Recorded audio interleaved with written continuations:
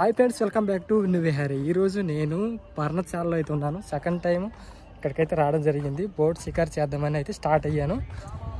మన బోట్ అయితే అక్కడ ఉంది. టికెట్ తీసుకున్నాను 60 రూపీస్. బోట్లో అయితే ఎంజాయ్ చేద్దాం. చూస్తున్నారు కదా బోటు. బోట్ అయితే ఎక్కేసాను.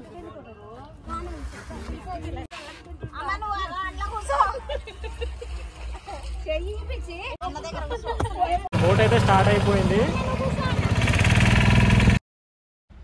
హలో గాయస్, ఈరోజు మనం పర్ణశాలలో అయితే ఉన్నాం. పర్ణశాల గోదావరి నదిలో మనం ఈరోజు బోట్ రైడ్ అయితే చేస్తున్నాం.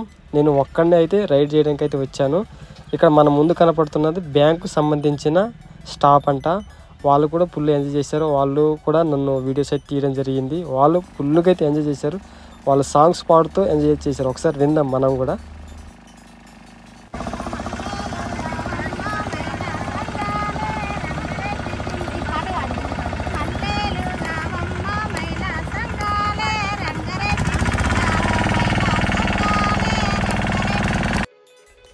ఫ్రెండ్స్, సూపర్ సాంగ్ కదా, చాలా బాగా అయితే సహకరించారు నాకు వీడియోస్ తీయడానికి కూడా.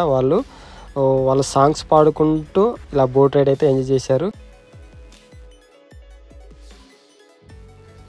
నాకు కూడా ఫొటోస్ వీడియోస్ అయితే తీసి సహకరించారు. చాలా బాగా అయితే కలిసిపోయారు. మేమందరం కలిసి పర్ణశాల గోదావరి నదిలో ఫుల్గా అయితే ఎంజాయ్ చేసాం.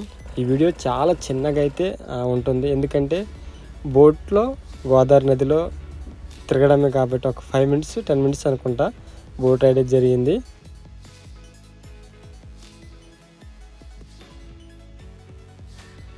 నెక్స్ట్ లొకేషన్ తెలుసుకుందాం. తెలంగాణ రాష్ట్రంలోని భద్రాద్రి కొత్తగూడెం జిల్లా దుమ్ముగూడెం మండలంలోని ఈ పర్ణశాల అయితే ఉంటుంది. భద్రాచలం నుండి 32 కిలోమీటర్లు, దుమ్ముగూడెం నుండి 36 కిలోమీటర్ దూరంలో మనం ఈ పర్ణశాలను అయితే చేరుకోవచ్చు.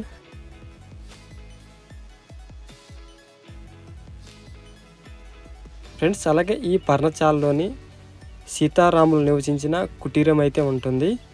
భద్రాచలం వచ్చిన ప్రతి ఒక్కరూ ఈ పర్ణశాలకు వచ్చి దర్శిస్తూ ఉంటారు. ఇక్కడ రామాలయం, చాలా వింతల విశేషాలు అయితే ఈ పర్ణశాలలో దాగి ఉన్నాయి.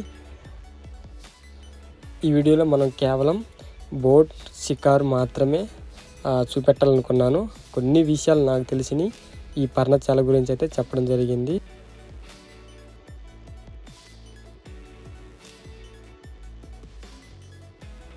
ఫ్రెండ్స్, చూసారు కదా, బోట్ షికారు అయితే అయిపోయింది.